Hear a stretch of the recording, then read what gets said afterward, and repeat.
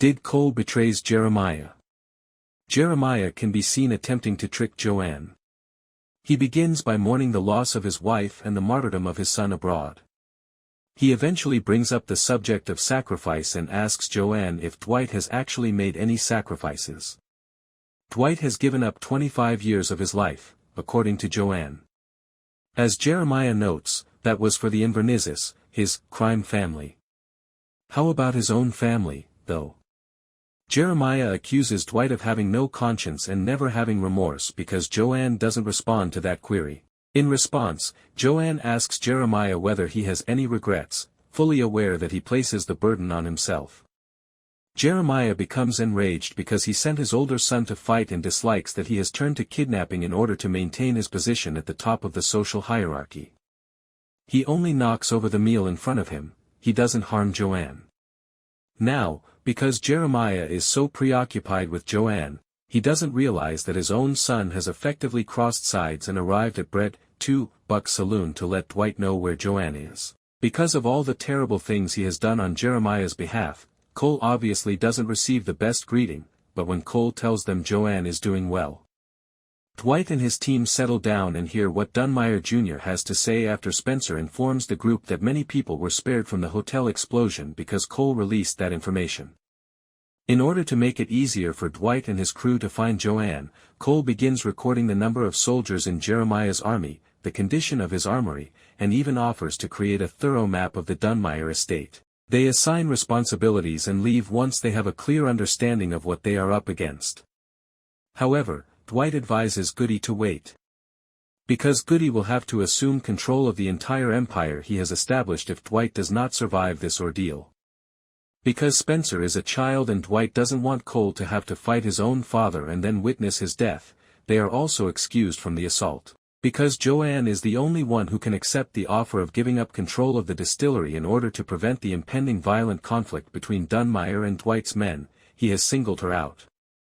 Joanne doesn't state whether she will sign or not, but she does note that, regardless of her choice, due to his employment of illicit tactics to outdo Dwight, Jeremiah has lost the war. Cole, incidentally, is unaware that Jeremiah has abducted Joanne. Perhaps because Jeremiah believes Cole was the source of the bomb information leak. Therefore, Cole would have undoubtedly informed Dwight through Spencer if Jeremiah had instructed him to spearhead the plan to abduct Joanne. No, I don't think Jeremiah gives a damn about what Cole thinks he should or shouldn't do. But he cannot allow his son. Cole doesn't know Jeremiah has kidnapped Joanne. Joanne is under pressure from Jeremiah to sign the contract and give Jeremiah ownership of Montague Distilleries. I frequently forget that Joanne is the real owner of Montague Distilleries because Dwight is usually in the spotlight. Jeremiah hasn't abducted anyone like Tyson or Grace because he is more perceptive than I am. Because Joanne is the only one who can accept the offer of giving up control of the distillery in order to prevent the impending violent conflict between Dunmire and Dwight's men, he has singled her out. Joanne doesn't state whether she will sign or not, but she does note that, regardless of her choice, due to his employment of illicit tactics to outdo Dwight, Jeremiah has lost the war.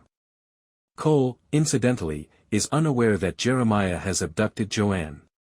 Perhaps because Jeremiah believes Cole was the source of the bomb information leak. Therefore, Cole would have undoubtedly informed Dwight through Spencer if Jeremiah had instructed him to spearhead the plan to abduct Joanne. No, I don't think Jeremiah gives a damn about what Cole thinks he should or shouldn't do, but he cannot allow his son to undermine his radical ideas. Because Cole will likely inform Dwight of Joanne's whereabouts as soon as he sees her, he has placed 2 men outside his office who have been instructed not to let Cole inside. Something he most likely isn't aware of yet. That obviously won't be enough to stop Cole. After Jeremiah and his men have left, Cole enters the room a short while later and begins formulating a strategy to return her safely to Dwight. He suggests that Joanne give Jeremiah ownership of the distillery after running into dead end after dead end. Joanne notes that there is no assurance that Jeremiah will just release her, even if she signs the property documents. Because Jeremiah abducted and injured his sister, Dwight will continue attack the Dunmires even if Jeremiah releases Joanne. When Joanne is brought to the Dunmire estate in Tulsa King Season 3 Episode 10, Jeremiah gives the order for his men to bind her. Unaware of this, Dwight is shown talking to Margaret about Thresher's polling numbers, which seem to have skyrocketed following the hotel explosion. According to Margaret, this indicates that Thresher will ask her to join his administration. Because he is aware that Thresher is attempting to steal his girl, Dwight dislikes the concept and advises Margaret to turn down the job offer. Margaret advises Dwight to take a different perspective. In this gubernatorial contest, Dwight has undoubtedly aided Thresher greatly, particularly with the sackrider issues.